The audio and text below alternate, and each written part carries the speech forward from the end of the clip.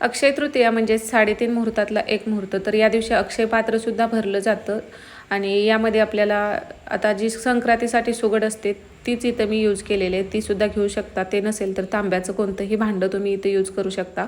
त्यामध्ये अखंड असे तांदूळ भरायचे आहेत, यावरती स्वस्तिक काढून घ्यायचं आहे आणि याला एखादा लाल पिवळा धागा बांधून घ्यायचा आहे. तांदळावरती हळदी कुंकू टाकून घ्यायचं आहे आणि या दिवशी आता सोनं तर खूप महागलेलं आहे, आपल्याला ते शक्य नाही. घरामध्ये आपल्या जे काही पूर्वीचं अगोदरच असेल ते ठेवू शकता, काही नाणी ठेवू शकता.